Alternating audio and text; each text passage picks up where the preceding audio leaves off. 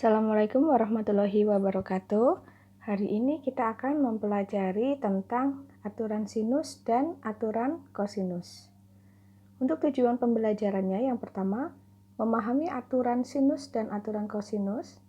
Kemudian yang kedua, menentukan apakah suatu masalah atau suatu soal harus diselesaikan dengan aturan sinus atau dengan aturan kosinus. Yang ketiga, menyelesaikan masalah yang berkaitan dengan aturan sinus atau kosinus. Jadi kalian harus memahami dulu seperti apa aturan sinus dan kosinus. Kemudian kalian mengidentifikasi soal, apakah itu termasuk soal aturan sinus atau kosinus. Dan yang ketiga adalah menyelesaikan masalah tersebut. Untuk materi prasyaratnya, yaitu perbandingan trigonometri, khususnya sinus dan kosinus pada segitiga siku. Nah, ini Ibu ulas sebentar. Misalkan ada segitiga PQR, maka sisi di depan sudut P adalah namanya sisi P, atau sisi P itu berarti sama aja dengan sisi QR atau RQ. Kemudian sisi Q-nya di situ dan di situ sisi R. Nah, untuk nilai sin sudut P berarti kan depan dibagi miring, depannya P, miringnya Q. Untuk cos P, R dibagi Q. Untuk sin R, R dibagi Q. Untuk cos R, P dibagi Q.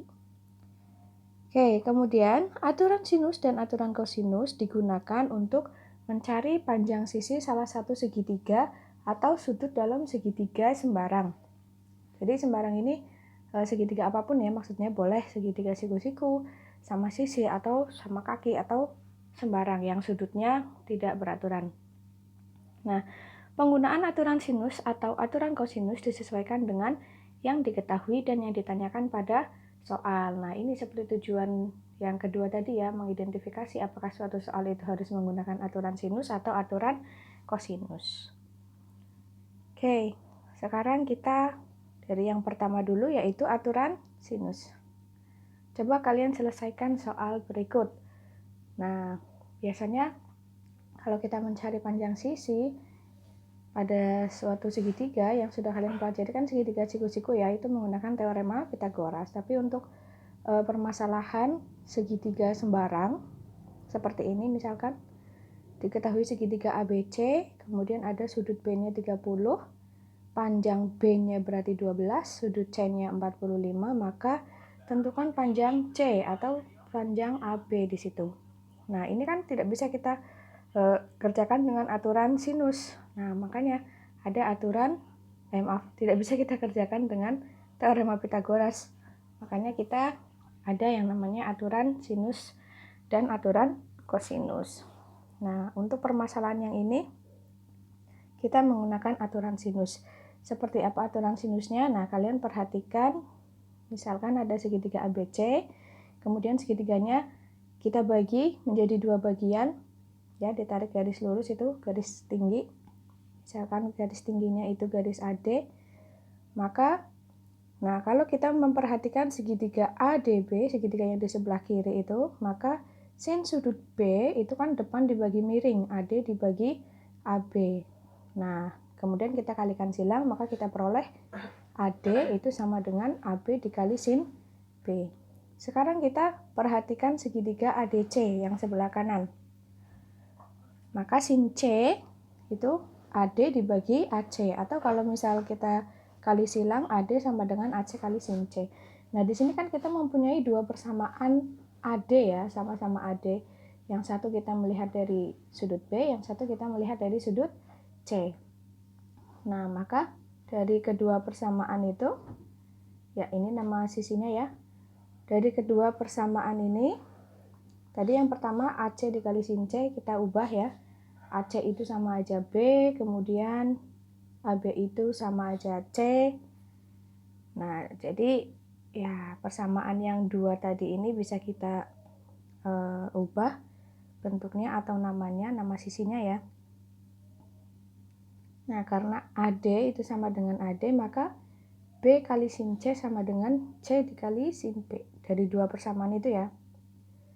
Maka kalau kita kalikan silang, kita peroleh bahwa B per sin B sama dengan C per sin C. Nah, inilah yang dinamakan dengan aturan sinus. Nah, begitu juga dengan sisi A-nya.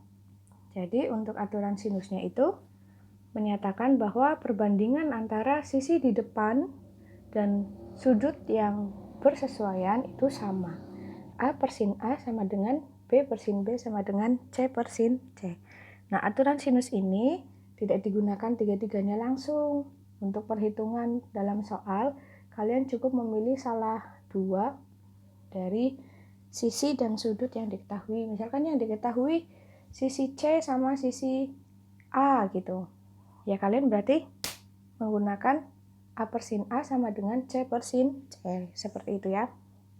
Nah, maka untuk soal yang tadi,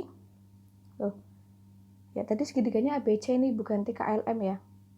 Nggak masalah. Nah, berarti yang tadi kita cari adalah sisi yang M ya.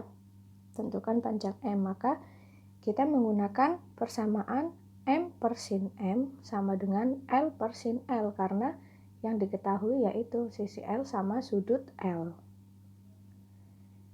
Kemudian kita kalikan silang. M sama dengan L per sin L dikali sin M. L-nya 12 dibagi sin 30-nya setengah dikali sin M-nya setengah akar 2. Nah, ini setengahnya kita coret, sisanya tinggal A12 akar 2 cm. Oke, jadi permasalahan ini bisa kita selesaikan dengan aturan sinus ya. Sekarang soal yang ini. Misalkan ada segitiga ABC, panjang A-nya 8, panjang C-nya 10, dan sudut C-nya 60. Tentukan panjang B. Nah, untuk menentukan panjang B ini bisa nggak kita menggunakan aturan sinus?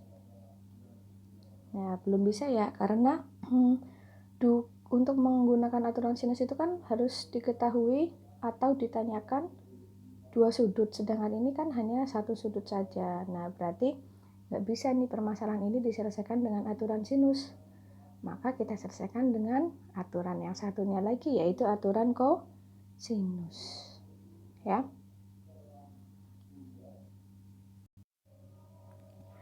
Nah, ini ada segitiga ABC sama ya seperti tadi, kemudian kita bagi menjadi dua, ada garis tinggi di situ AD. Nah, kita akan mencari tahu seperti apa sih bentuk dari aturan kosinusnya. Oke, kita berangkat dari nih, segitiga yang ada di sebelah kiri, segitiga ADB.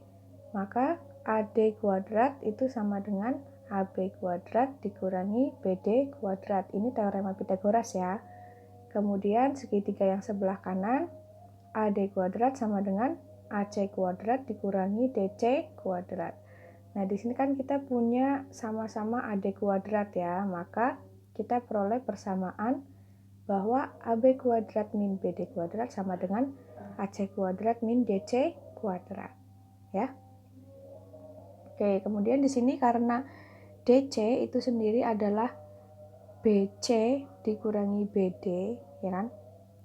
Maka yang tadi itu diganti nih, DC-nya diganti dengan BC min BD kuadrat. Jadinya AB kuadrat min BD kuadrat sama dengan AC kuadrat dikurangi, nah DC-nya diganti BC dikurangi BD, dikuadratkan.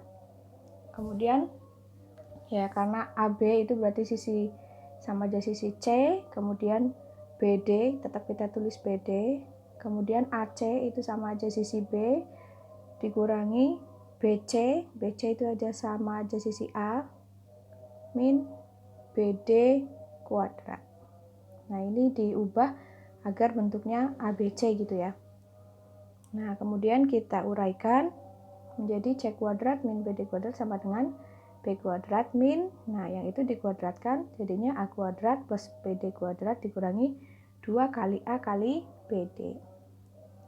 Oke, kemudian ini tanda kurungnya kita buka ya, jadinya B kuadrat min A kuadrat min BD kuadrat, kemudian min ketemu min jadi plus 2 kali A kali BD. Nah, kemudian kita pindah ruas, kita kelompokkan, maka kita peroleh C kuadrat plus A kuadrat min 2A kali BD sama dengan B kuadrat. Nah, sekarang BD-nya kita ubah, yaitu persamaan yang kita punya tadi ya. Nah, kita lihat bahwa BD ya di segitiga yang sebelah kiri itu cos B itu kan samping dibagi miring. Cos B berarti BD dibagi C. Nah, maka BD-nya itu sama aja C dikali cos B. Kemudian BD yang di persamaan atas kita ubah bentuknya jadi C kali cos B, sehingga kita peroleh persamaan B kuadrat sama dengan C kuadrat plus A kuadrat min 2 kali A kali C kali cos B. Nah, ini adalah salah satu aturan kosinus untuk mencari sisi B. Kemudian untuk mencari sisi A atau sisi C itu sama. Seperti ini, misalkan sisi A berarti A kuadrat sama dengan B kuadrat plus C kuadrat dikurangi 2 kali B sama C dikali cosnya cos A, sudut yang ada di depan sisinya. Kemudian untuk mencari C, A kuadrat plus B kuadrat dikurangi 2 kali A kali B kali cos C. Sebenarnya kalian cukup mengamati satu saja aturan kosinus, kemudian disesuaikan sisi yang diketahui yang mana. Gitu ya. Nah, sekarang misalkan ini ada segitiga ABC, mirip sama soal yang tadi ya. Kemudian panjang AB-nya 13, panjang BC-nya 15, sudut C-nya 13, tentukan panjang B. Nah, ini kan berarti kita yang diketahui dan yang ditanyakan pada soal itu kita melibatkan ada satu sudut dan dua sisi diketahui, satu sisi ditanyakan, 3 sisi. Berarti 3 sisi dan satu sudut. Makanya kita menggunakan aturan kosinus. Kalau aturan sinus tadi 2 sisi dan 2 sudut. Oke, di sini karena sudut yang diketahui adalah sudut C, berarti kan kita harus menggunakan cos C ya. Berarti yang di C yang kita gunakan itu C kuadrat sama dengan A kuadrat plus B kuadrat min 2 kali A kali B kali cos C ya. Karena yang diketahui sudut C, berarti sisi yang di sebelah kiri juga C. Nah, kemudian kita masukkan angkanya 13 kuadrat dikurang sama dengan 15 kuadrat ditambah B-nya belum diketahui, kita tulis B kuadrat min 2 kali 15 kali B kali cos 60. Oke, 13 kuadratnya 169 sama dengan 225 ditambah B kuadrat min 2 kali 15 kali B kali cos 60-nya setengah. Jadi 169 sama dengan 225 plus B kuadrat min 15B. Kemudian kita kelompokkan. Nah, maka kita ketemu dengan bentuk apa nih? Persamaan kuadrat. Kalau ada persamaan kuadrat berarti kita faktorkan ya. B kuadrat min 15B plus 56 sama dengan 0. Kalian cari bilangan yang dikali itu 56, yang dijumlahkan itu min 15 ya. Di situ ada min 7 dan ada min 8. Berarti B yang pertama itu 7 atau B yang kedua itu 8. Jadi panjang sisi B atau panjang sisi AC itu bisa 7, bisa 8. Bu, kok bisa kayak gitu? Ya tergantung sudut B-nya ya. Sudut B-nya berarti kalau misalkan 7 sudut B-nya sekian, maka kalau B-nya 8 berarti sudut B-nya kan lebih lebar. Gitu. Ya. Nah, kemudian ini kesimpulan kita nih, kapan kita menggunakan aturan sinus dan kok di sini Mars sih, maaf ya, itu harusnya aturan kosinus. Nah, ini untuk aturan sinus itu digunakan apabila komponen yang diketahui dan yang ditanyakan itu melibatkan dua sisi dan dua sudut. Sedangkan kalau aturan kosinus itu melibatkan 3 sisi dan 1 sudut. Tapi kalian jangan terkecoh, mungkin suatu soal itu lebih dari ini, yang diketahui lebih dari ini, tapi inti permasalahan yang akan kalian kerjakan itu melibatkan berapa unsur sih, melibatkan unsur apa saja, itu yang nanti akan menentukan apakah kalian menggunakan aturan sinus atau kalian menggunakan aturan kosinus ya. Seperti itu penjelasan dari Ibu. Apabila ada pertanyaan, silahkan tanyakan di kolom komentar atau di WA Group. Terima kasih atas perhatiannya. Wassalamualaikum warahmatullahi wabarakatuh.